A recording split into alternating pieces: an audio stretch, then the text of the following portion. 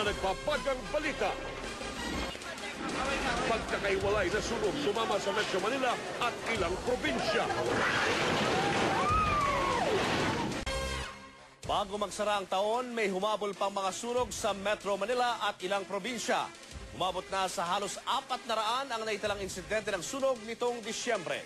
Kaya pinag-iingat na ng mga otoridad ang publiko para hindi na madagdagan pa ang bilang sa pagsalubong sa bagong taon.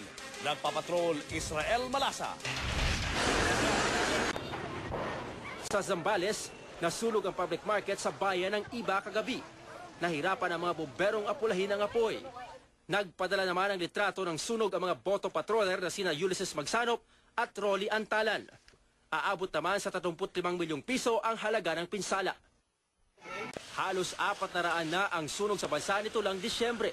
Kaya naman sa pagsalubong sa bagong taon, paalala nila, ihanda ang supply ng tubig at mga fire extinguisher. Israel Malasa, Patrol ng Pilipino.